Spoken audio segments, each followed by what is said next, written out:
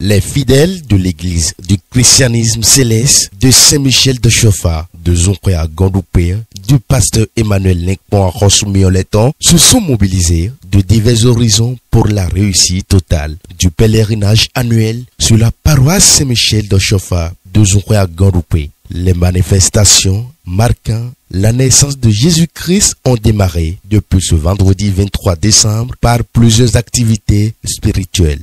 Mignon fiflo, et la de dia. Ma ou mignon wen. Bon, mais ma ou dro, ou de nous à son temps à l'opa. On faut vous ma ou na me lopo. Les ma ou na yo. Uli bona ma dro me de bosi nous. Wen de konyen yo. Kon agunle bisi côté yo. Agun ma ou so da lo ti mele yo. Tout le monde bien flot mignon, m'a dit la tête. Bon, mignon fiflo néon, bekoleton. Donc, puis le pomme aussi fiflo, donc on canda hodie, fille mignon, ton son. À côté bien nous appris. Bon, mignon non pas.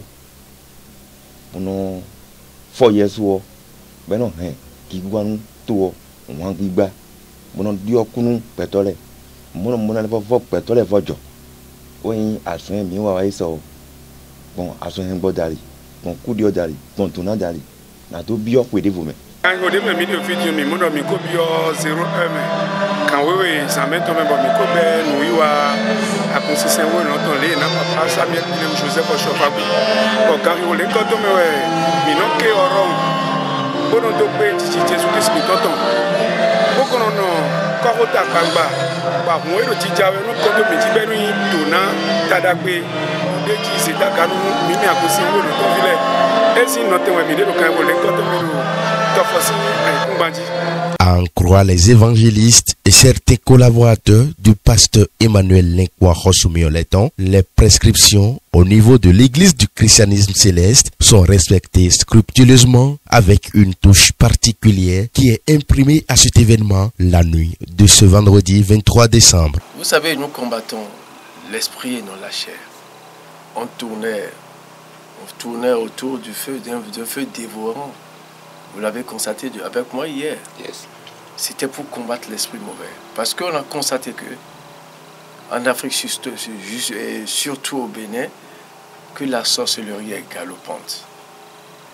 Alors Jésus nous a dit quoi? Qu'est-ce que Dieu a dit? Il dit, je suis le feu dévorant. Et c'était dans Deutéronome 31. Il dit qu'il y a le feu dévorant. Et quand les Israéliens entendent, menaçaient Moïse, disait que c'est toi seul qui écoute la voix de l'Éternel, notre Dieu. Nous voulons aussi l'écouter. Et Dieu a dit de les rassembler autour d'une montagne. Et réellement, ils étaient autour de la montagne quand l'Éternel a commencé par leur parler dans un buisson ardent, dans le feu dévorant. Donc c'était ça. Alors, c'est pour mettre de l'écart, c'est pour mettre une limite entre l'esprit maléfique et l'esprit saint.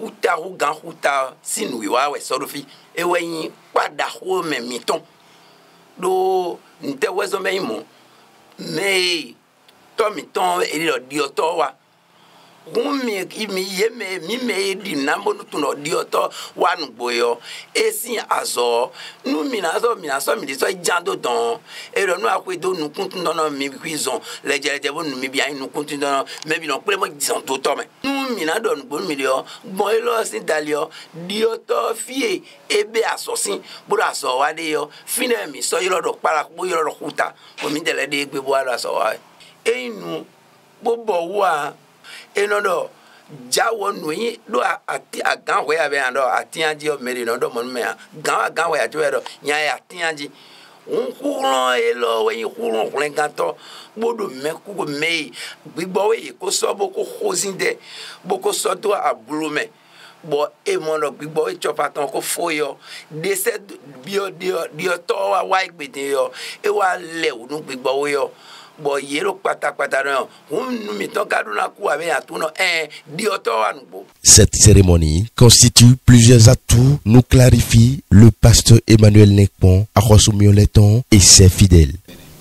Dagbedi me tupo nous bede bonando ayena ho bosana na baku ba ide bonana bon dagbedi me wendo ni dogbe mi yo kan no mi dan to adi no dia nte me bien dibusi azi na ku ase ku wa fami fon wa asije me le fon wa azu me ndo e fon wa kabi agun me ade yo be mo gbo ba ka wa mi yo ko mo le do mi yo nu me ma le ko ni bi o do ya na mo do wutu ba bona do ganji e so we yo awon ki mi yo do de yin bon ne. Justement, l'intérêt capital que nous trouvons dans cette histoire, c'est quoi?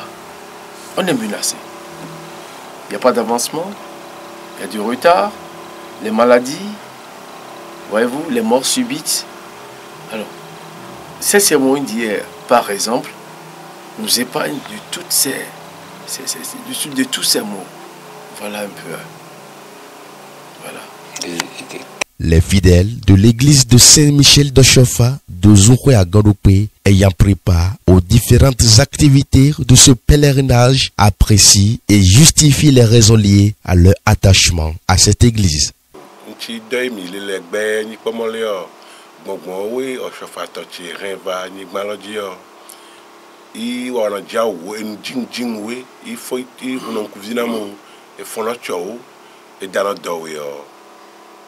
Mi va aller mais quelqu'un au temps de ditili mais ton nous sortir mais quelqu'un il va trône bali mi va pas à cosu mioleton les à Gondopé nchoi o se fa gbesa o yo gbewe o e va so ito o ye a iside o de ni pasteur ki a koto kun ka ho ko ava o I agbe ya ge va kaka inche wa melowe o agbe yo do Bali, je suis allé marque mais mon ami Bali mi ouais Bali yo, et ouai à Rossou mieleton et ouai et zo babo tu bon tous les mardis wani on se fait wani ça no gba wa o de bo des ans là ouais abo ou à tozo le Saint-Michel quoi il wani tous les mardis va de ntauti ntu le wala zo gomedo il funon me va de outil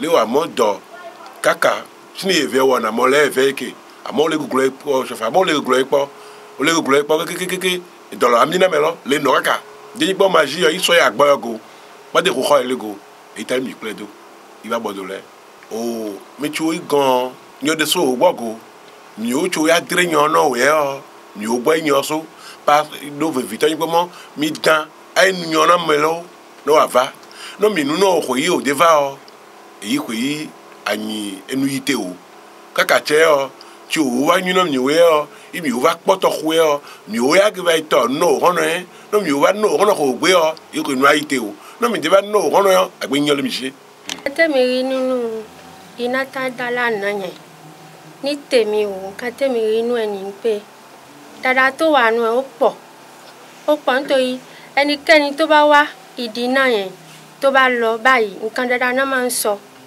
àìgbọ́ nǹkan tí ò dáa kan àmọ́ nǹkan tèmi fẹ́ kọ́ àwọn ẹni tí ò wá ìdí náà ìbàyìí ń pé máa ń wù wọ́n láti wá àmọ́ àwọn èèyàn wọn máa ń sọ̀rọ̀ fún wọn pé ká má lọ bẹ̀ nǹkan dáadáa ò sí bẹ̀ àmọ́ kì í ṣe ẹjọ́ wọn o nǹkan tèmi fẹ́ kọ́ wọn ni pé Ọlọ́run wà pẹ̀lú wọn wọ́n sì wá àwọn náà yóò wá wáńjọ́ kan náà wá fojú wọn fi nǹkan dáadáa tá à ń sọ náà nǹkan tí mo ní tí mo fẹ́ kọ́ wọn nìyẹn.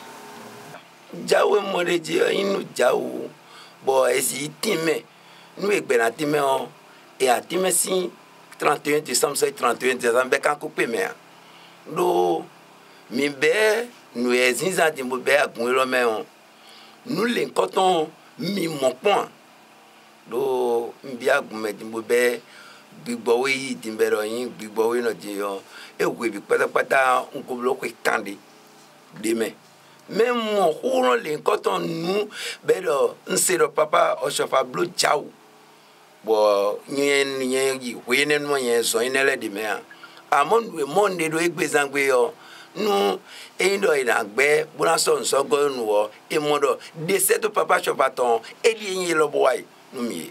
Mais c'est très important de respecter les totems de cette église renchérie les fidèles qui lance un vibrant appel très ardent aux chrétiens et païens. La cérémonie du feu, c'est une cérémonie de combat.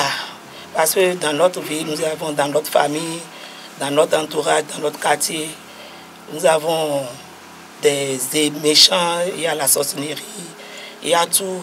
Et nous courons de gauche à droite. Et par la grâce de Dieu, par l'amour de l'éternel Dieu de Chofa, de notre papa Emmanuel Arosumioleton, nous avons connu cette église qui a la grâce. Et la grâce vraiment, et cette grâce a été donnée à notre cher papa. Et c'est pour cela qu'il y a le combat du feu. Et c'est ça qui nous amène à avoir la victoire sur toutes ces choses qui nous vraiment embêtent à avancer dans la vie et à réussir la vie de nos enfants sont vraiment traînés, disons, dans la boue, les chances et autres.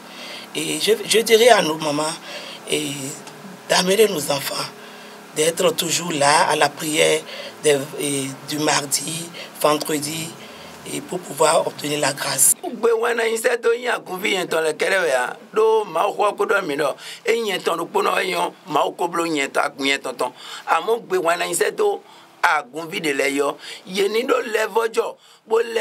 Bo amu noué do ye mo papa chofa point do nou ye na mo chofa point we ne no ye fa wan de jiton dile ye do tito oblogment ye do won papa chofa jo azo to nu benevile bodi da won ni bo am huron hu mi de na lo gbede bo no mi na le avokun tomi ton bo mi lo jangu lo te pon bo poto won sa ma o ton le po maison azo tomi ton le po mi lo te bo tu no me na to jon ko mon ko ton le ko to bo yon na de beneton e no yin se to tori bo me yo yen lo te pon me mon ko ton le bo mi po ho de mi ando e wa yin ton po. Notre révérend pasteur Limpon Vincent Emmanuel, c'est Dieu l'a choisi. C'est un élu de Dieu. Et pourquoi Dieu s'exerce à travers lui? Justement, il y a un débois. Un débois qu'on arrive à assister actuellement dans le système du Saint-Siège. Alors Dieu a dit, mais si c'est comme ça, qu'est-ce qu'il faut faire? C'est comme, il faut voir un peu dans l'Ancien Testament. Quand Dieu, l'Éternel a dit à Moïse, va taper une fois, il a tapé 2 fois. Et Dieu a dit, voilà, tu ne m'as pas sanctifié. Comme tu ne m'as pas sanctifié, alors tu n'auras pas la roue ou le lait, le miel.